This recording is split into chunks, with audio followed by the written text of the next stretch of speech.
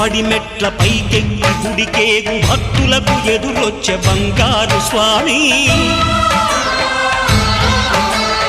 ఇరుముడులు స్పృశించి శుభమనుచు దీవించి జన బృందముల చేరే జగమేలు స్వామి తన భక్తులొనరిల్చు తప్పులకు తడబడి ఒక పక్క ఒరిగెన ఓంకారమూర్తి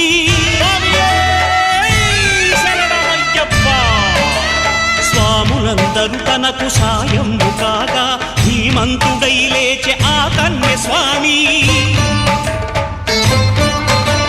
పట్టబంధము వీడి భక్తతతికై పరుగు పరుగున వచ్చే భూమిపై